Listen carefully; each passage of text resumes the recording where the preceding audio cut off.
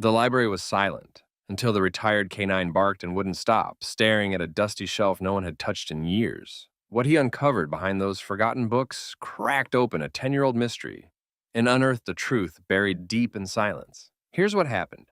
But before we get into the story, drop a comment below. Let us know where you're watching from. It was just after 9:13 a.m. when the sharp bark shattered the calm inside Crestmont Elementary's library. Dozens of fourth graders sat cross-legged on the carpet, their heads tilted upward, eyes wide with curiosity, as Officer Nina Brooks read aloud from a storybook about a detective dog who solved backyard mysteries. Bear, her real-life canine partner, a sable-coated German shepherd with a presence that silenced rooms and a gaze that seemed to pierce right through you, sat calmly at her side, his ears flicking occasionally, but his posture relaxed. The school had invited them for Reading Week, a feel-good PR program meant to promote safety, literacy, and trust in local law enforcement. Nina had done this exact thing a dozen times before. The kids asked their usual question: what does Bear eat? Can he bite bad guys? And she gave her practiced answers with a smile. But then something changed. Bear's ears twitched. His head snapped toward the back of the room near the far left wall, just past the rows of beanbags and reading nooks. He stood slowly, his muscles taut beneath his vest, tail no longer wagging. Nina froze mid-sentence. The energy in the room shifted so fast it was palpable, as if the walls themselves had sucked in a breath. The children noticed first. One boy whispered, "What's he doing?" And another girl shrank closer to her friend. Then Bear let out a low, guttural growl that made the hairs on Nina's arms rise. Not a warning, a certainty. A few teachers exchanged confused glances, but Nina had been with Bear long enough to know the difference between nerves and instinct. Bear wasn't anxious. He was alarmed. "Everyone," Nina said calmly, standing up and slipping the storybook under her arm, "let's quietly head into the hallway." Her voice was even, measured, but her fingers had already found the clip on Bear's leash. The librarian blinked from her desk near the circulation counter. "Is something wrong?" she asked, half rising from her chair. Bear barked again, louder this time, his eyes locked on the tall bookcase near the back, the one with laminated labels and faded spines. "I don't know yet," Nina replied, her voice clipped. "But he does." The room emptied in a strange sort of silence. Not panicked, but cautious. Bear had taught Nina that the most dangerous threats are the ones no one sees coming, the ones hiding in plain sight. As the last child slipped out the door and a teacher gently pulled it closed behind them, Bear began to move. Not wildly, not with the speed he used to chase suspects, but with eerie precision. His nose was low, his body stiff, like he was tracking something ancient and buried. Nina followed close behind, her heart beating in her throat. She didn't know what they were about to find in this cheerful, quiet library filled with paperbacks and finger paintings. But Bear knew. And right now, that was all that mattered. The air inside the library felt thicker now, like it had aged 50 years in 5 minutes. Nina crouched low beside Bear, her fingers brushing away years of untouched dust as she reached toward the spot that had locked his focus. The hum of the hallway lights was muffled now, the outside world distant, like the moment itself had collapsed into a tunnel with only one way forward. Bear didn't blink. His posture was rigid, coiled like a spring just waiting to snap. Nina's hand moved carefully over the edges of the bookshelf, fingertips tracing the spines of worn encyclopedias, until she found the one that shifted slightly under pressure. She pulled it forward, and behind it, tucked in a dark seam of the shelving wall, was something most people wouldn't have noticed. A rectangular panel of metal, thin, weathered, and clearly out of place. It was a vent, or at least made to look like one. But the screws had been replaced by small, rusted pins barely holding it in place. She reached out, heart hammering, and lifted the panel free. It came off too easily, no resistance, no sound, like it had been removed before, like it was never really meant to stay shut. Behind it was a narrow cavity, a pocket of darkness that seemed to pulse with silence. She squinted, the light from the library catching on the edge of something inside. Plastic, sealed. She reached in, fingers brushing cold and crinkled edges, and pulled it out slowly, like removing a forgotten time capsule from inside the wall. It was a Ziploc bag, thick and stained with dust, but intact. Inside were papers, school IDs, lined notebook paper with faded ink, a laminated library card, and a photo. A young girl, braces, auburn hair, bright eyes, and a smile that was too wide to fit in this moment. Nina didn't have to read the name. She already knew. Amanda Breyer. Her breath left her body in a single, quiet exhale. Amanda had vanished from Crestmont 10 years ago. A case so cold the files had practically frozen shut. No forced entry. No abduction witness. One minute she was in school, the next she was gone. No signs, no clues, no resolution. Until now. Bear stayed rooted to the floor beside her, head tilted, eyes never leaving the vent. She looked back at the Ziploc bag, flipping it gently. The ink on the notebook paper had smudged in places, but one line remained. If someone finds this, please read everything. I didn't run away. Nina's throat tightened. She pulled out her radio, her voice steady but low. Dispatch, this is Officer Brooks. I need detectives and forensics at Crestmont Elementary, library section. We may have a breakthrough in a cold case, K9 positive. There was a pause on the line, then a click. Copy that. Units en route. Nina sat there a moment longer, one hand on the plastic evidence, the other gently brushing Bear's fur. You knew, she whispered. You always know. Behind her, the library stood still, as if the room itself was remembering what everyone else had forgotten. The evidence bag lay across Nina's lap like it carried more weight than its size should allow. She stared down at the contents, the corners of old documents curling slightly from time, the ink faded but still legible, like voices trying to whisper from beneath a decade of silence. Amanda Breyer. The name alone could still hush a room, even 10 years later. Nina hadn't worked the case back then. She was fresh out of academy when Amanda vanished, but every cop in the county remembered it. A straight-A student, no history of running, no issues at home. She was last seen walking down the hallway after library period and never made it to her final class. They searched everything. Nearby woods, crawl spaces, bus routes, even combed through the lockers with cadaver dogs. Nothing. The investigation dried up before it even got going. But now, in a vent no one thought to check, a piece of her life had waited in the dark. Nina peeled back the seal carefully, glancing over her shoulder even though the library had already been cleared. The photo hit hardest. Amanda's smile was all braces and freckles, her hair pulled back in a ponytail with a glittery scrunchie like a kid who still played with sidewalk chalk and traded stickers. Underneath it was a school ID, laminated but cracked, dated for the spring semester the year she vanished. Next was the class schedule, scrawled over with doodles, hearts, stars, and little loops that probably meant nothing, but now felt haunting. Then the note. It was folded 4 times, the creases stiff like it had been opened and closed more than once. Nina hesitated. Then she opened it. The handwriting was small, rushed, like it had been written with trembling fingers. If anyone finds this, please believe me. He said no one would. But I have to try. I didn't run away. I'm still here. Just not where I'm supposed to be. Nina's throat went dry. The words didn't just speak, they screamed. She looked at Bear, who still hadn't moved from his post at the vent. His eyes tracked her every motion like he was reading the emotion in her face, translating it into something he could understand. Outside, the halls remained quiet. The school was in modified lockdown, not out of fear, but out of respect, for a space that had just become a crime scene again. Nina stood slowly, gripping the bag and its contents like a fragile truth. She made her way to the front office, where the principal waited with pale cheeks and shaking hands. It's her, Nina said simply.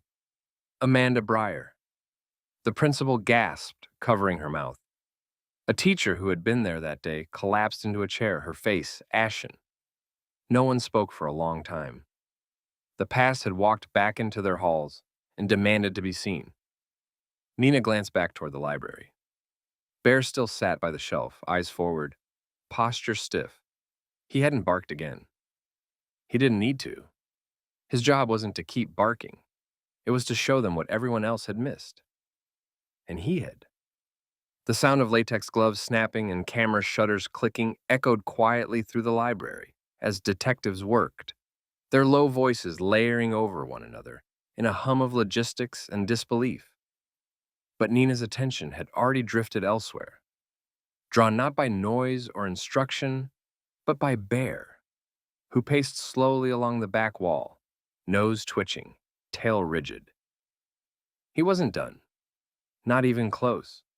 His path curved around the corner near the nonfiction section where a narrow book cart stood forgotten, pushed against the wall behind a cabinet of outdated dictionaries. It looked harmless, just a collection of old hardcovers and worn donations, spines cracked, some peeling at the edges. Bear circled it once, then stepped closer, his paw, rising slowly before pressing against a faded blue textbook near the bottom shelf. Nina stepped forward and crouched beside him, gently easing the book free. It was heavier than it looked, the cover slick with dust. Inside were pages filled with tight cursive handwriting, lesson plans dated from the spring semester 10 years ago. She flipped through carefully, each page a time capsule of a classroom long since cleared. Math exercises, reading comprehension, behavior notes. At the bottom of one page, just above a neat list of spelling words, was a signature. Julian Marks. Her stomach tightened. She flipped back to the cover, and there it was again, written in pen just above a school barcode. Mr. J. Marks, room 112. Nina's heart slowed. That name hadn't come up in the case files. She was sure of it. She remembered the names of every teacher interviewed after Amanda went missing, and this one hadn't been on the list. She pulled out her phone, already dialing the station. This is Officer Brooks. I need full employment records for Crestmont Elementary, specifically substitute teachers, spring semester, 10 years ago. Name is Julian Marks. The dispatcher hesitated only a moment before confirming. Copy that. Give me a few.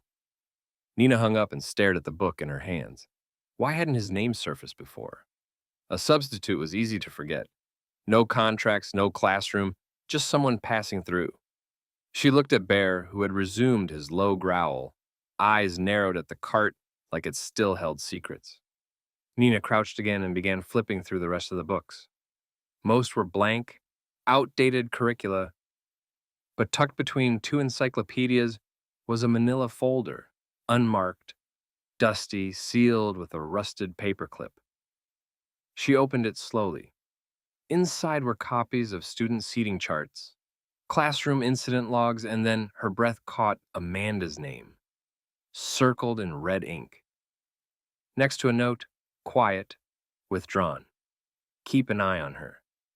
The handwriting matched the lesson plan. Bear whined low, pawing gently at Nina's knee, like he could feel the change in her heartbeat. I think we just found the thread, she whispered.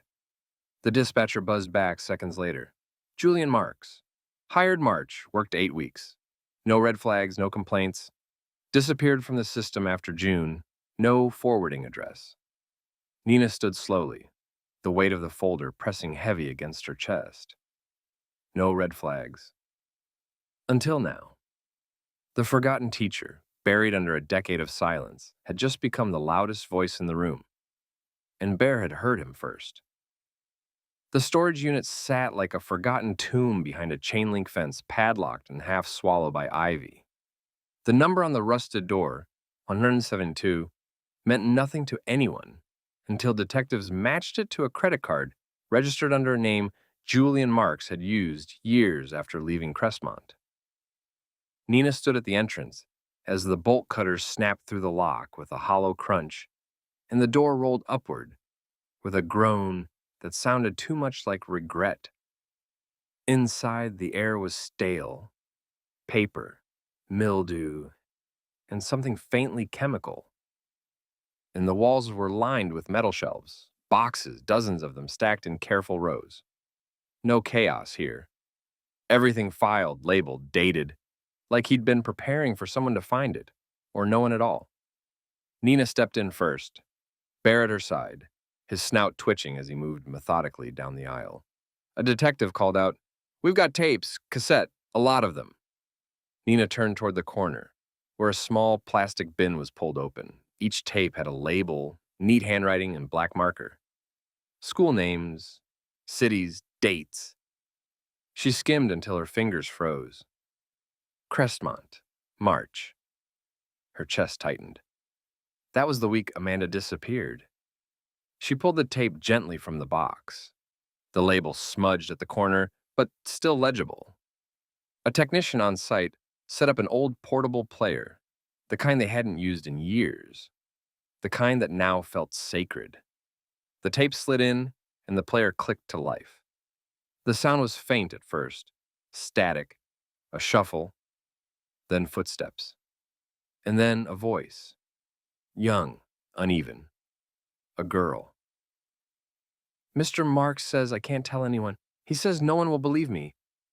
Nina's body went still. Another voice, his calm, coaxing, wrapped in fake warmth.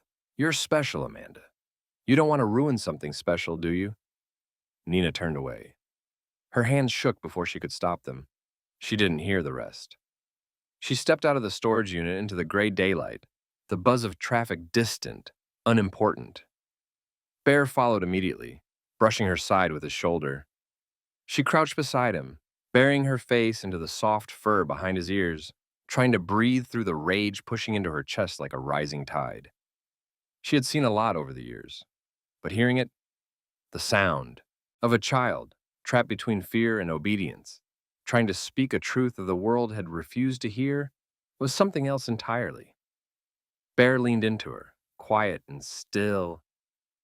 Inside, the detectives kept playing the tape. More voices, more children. Nina didn't need to hear the rest to know what they had just uncovered. This wasn't a case of one missing girl. This was a pattern, a map, a predator who moved through schools like a shadow, always disappearing before anyone looked twice. Not anymore. Nina stood, her hand tightening around Bear's harness. "We find every name," she said. "Every school, every kid." They weren't chasing a mystery now. They were chasing a man who had hidden in the noise of classrooms and the cracks of forgotten files. But Bear had heard what no one else could. And now, so would the world. The house was tucked at the edge of town, all trimmed hedges and lace curtains, the kind of place meant to whisper normalcy. Marlene Downey opened the door in a pressed blouse and pearl earrings, the picture of a woman who'd spent decades in front of school assemblies and PTA meetings. She smiled politely, gestured Nina inside, and set 2 cups of tea on the table without asking how she took hers. Bear stayed close to Nina's leg as they sat in the sunroom, his body still, his eyes sharp. "I was surprised to get your call," Downey said, voice smooth, rehearsed. "It's been years since I left Crestmont. What's this about?" Nina didn't waste time. She laid the folder on the table and opened it slowly, revealing the photo of Amanda Breyer, the copied seating charts, the tape transcript.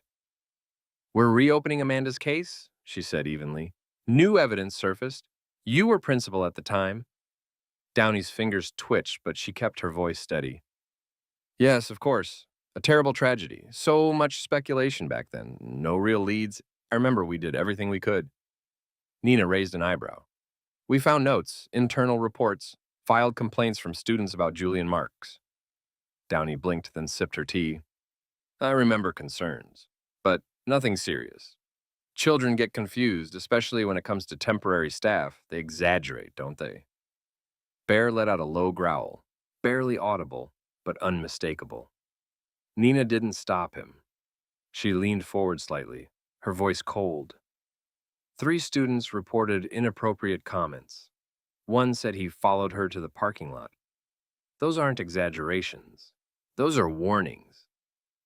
Downey's smile faltered. "We documented everything. I trusted my staff. Nothing was proven." Nina slid another document forward.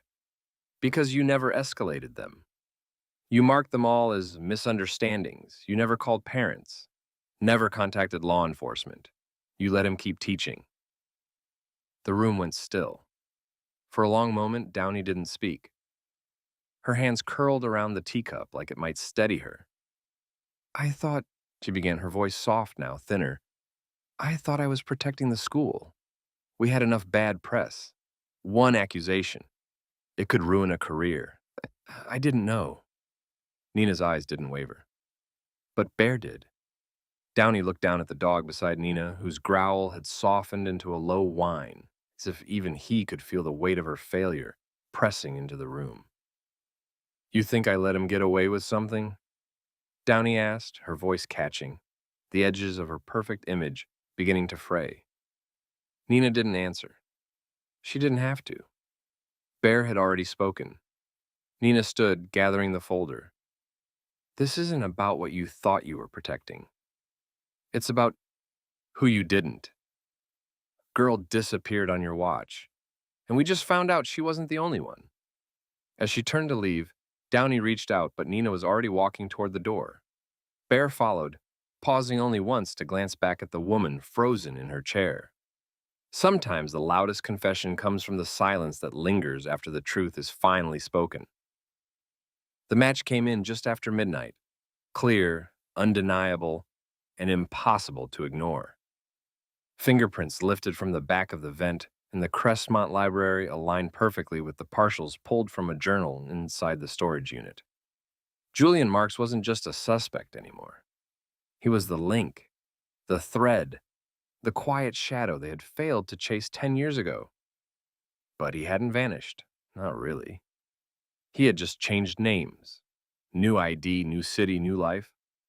Julian Marks had become Charles M. Denton, a respected figure in a Baltimore literacy outreach program, working out of the public library and mentoring teens who struggled to stay in school. The irony made Nina sick.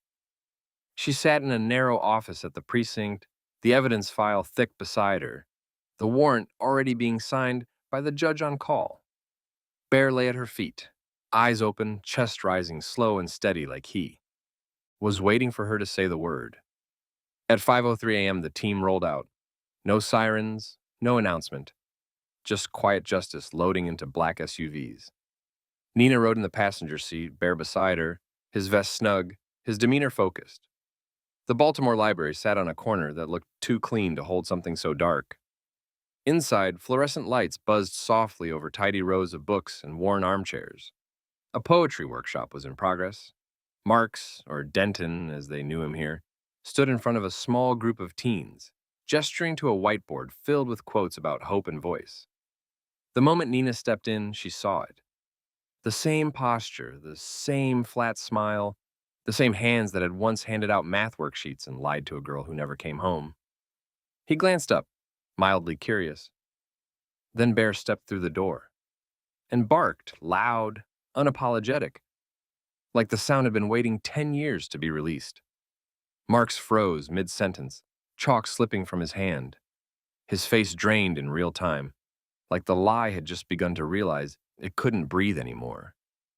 "Charles Denton?" Nina said, voice like steel. "We have a warrant for your arrest in connection with the disappearance of Amanda Breyer." For a moment, he didn't move. Then he turned, as if to run, but Bear was already between him and the exit. The teens watched in stunned silence as their mentor, this man who had recited poems about light and resilience, was handcuffed and led out the front door. No resistance, just a kind of silence that spoke of something rotten finally being dragged into the daylight. In the car, Marks didn't say a word, but in the back seat, Bear stared at him the entire ride. No growl, no bark, just the kind of gaze that says, "I see what you are." Back at the station, Nina filed the report. She didn't smile, didn't celebrate. The work wasn't done. But a decade-old lie had just unraveled, and it all started with a dog that refused to stop barking. The interview room was a tomb of silence.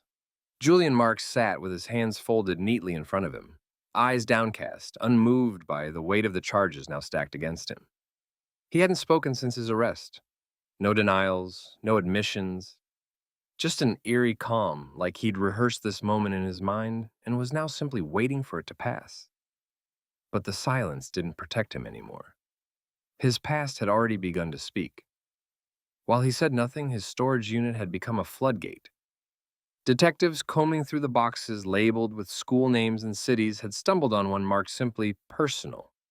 Inside, beneath a stack of children's drawings and newspaper clippings, was a small lavender journal with a broken clasp and the faint scent of old ink. Amanda's name was scribbled on the inside cover in block letters, with little hearts drawn around it. The kind of detail that could shatter even the most hardened investigator. Nina opened it slowly, breath held, the edges of the pages fragile and soft from wear. It started like any young girl's diary, lists of favorite songs, notes about teachers, doodles of animals and cartoon faces. But as the pages turned, the tone shifted. The handwriting got smaller, tighter. The drawings changed. No more flowers or sunshine. Now there were pages filled with locked doors, dark corners, windows too high to reach. Then came the words that hit harder than any piece of evidence ever could. If someone finds this, please tell my mom I didn't run away. I just wanted to be seen. Nina read it 3 times before she closed the book, hands trembling. Amanda hadn't disappeared. She hadn't run. She had been slowly erased, her voice tucked into a vent behind a bookshelf, her truth buried in a box marked personal. And for 10 years, the world believed the silence. Back in her cruiser, Nina sat behind the wheel, the journal resting on her lap. Bear pressed against her leg, the steady weight of him grounding her as her eyes filled. It wasn't just the cruelty that broke her. It was the quiet. The fact that Amanda had whispered into pages because she didn't trust anyone would listen if she spoke aloud. She turned to Bear, running her hand through the fur on his neck. "You listened," she whispered. "You heard her." Bear didn't move. He didn't need to. In that silence, there was understanding deeper than words. At the station, the journal was sealed in an evidence bag, but not before Nina made a copy, every word, every drawing. She sent it to Amanda's mother, now living out of state, who hadn't spoken to the press in over a decade. That evening, she called Nina through tears. "I knew she didn't run," she said. "I knew it." And that was enough. Maybe the system had failed. Maybe too many people had looked away. But Amanda's voice had made it through, not because someone listened, because a dog refused not to. The house sat at the end of a quiet cul-de-sac. The paint faded, the lawn a little overgrown, like time had slowed to a crawl the day Amanda disappeared and never picked up speed again. Amanda's mother, Elaine, opened the door with trembling hands, her face lined not by age, but by the grief of too many unanswered birthdays and unopened report cards. Her husband, Tom, stood just behind her, stiff, bracing himself like the truth might knock him off his feet. Nina held out the journal with both hands, sealed in a clear protective sleeve, but still warm with meaning. "We found this in a storage unit," she said softly. "It's Amanda's." Elaine took it like it might break in her grip, pressing it to her chest as if her daughter's voice was still inside, whispering through the pages. Tom stepped onto the porch slowly, eyes wet, his voice cracking on the edges of a name he hadn't said out loud in years. "She wrote all this?" Nina nodded. "She never left. She never ran. She waited." Elaine flipped through the first pages, her breath hitching as she traced the doodles and scribbled entries, and when she reached the sentence, "If someone finds this, please tell my mom I didn't run away," she broke. Nina stepped back to give them space, her heart tightening with the kind of ache that comes from watching a wound that never healed finally open all the way. There was no body, no memorial service, no closed casket. But now there was truth. And sometimes truth is the first brick in the path to peace. That evening, Nina drove out to the park Amanda had mentioned in her journal, the one with the old oak trees and the swings that creaked like lullabies when the wind was right. Bear trotted beside her, his paws soft on the grass, nose twitching at the scent of soil and memory. A small crowd had gathered, not from any invitation, but because word had spread, quietly, respectfully. A plaque had been added near Amanda's favorite bench. Not flashy, not new, just enough. Amanda Breyer, a light never lost. Elaine and Tom arrived quietly, standing at a distance before stepping forward, together to place a single sunflower at the base.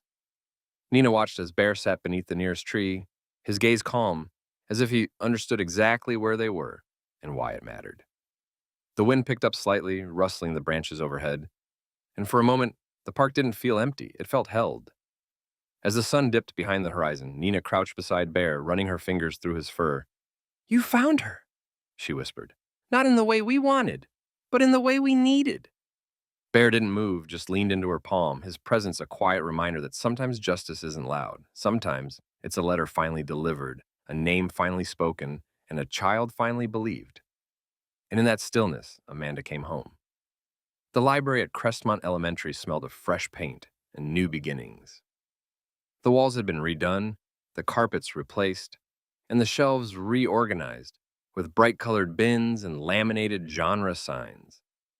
But near the far left corner, just above a small circle of beanbags, one thing had not been touched: a gold-painted paw print, pressed carefully into the drywall, preserved behind a pane of glass. Beside it, stenciled in black, were the words that now echoed through the school's halls louder than any announcement ever had. Some heroes don't read stories, they remember them. Bear sat quietly beneath it, his ears flicking as students filed back into the room for the first read aloud since Amanda's case had reopened. Nina stood at the front, a book in her hands, her uniform softer now, traded in for the approachable blue of community outreach. The kids looked at Bear like he was a legend, which, in truth, he was. And when he barked, not a warning, just a single polite hello, the children didn't flinch. They smiled. They knew. Because everything had changed the day he barked at the bookshelf. Word had traveled far beyond Crestmont. Other schools invited Nina and Bear to speak. Parents who once saw the K-9 unit as intimidating now saw them as something else entirely. A bridge between instinct and awareness.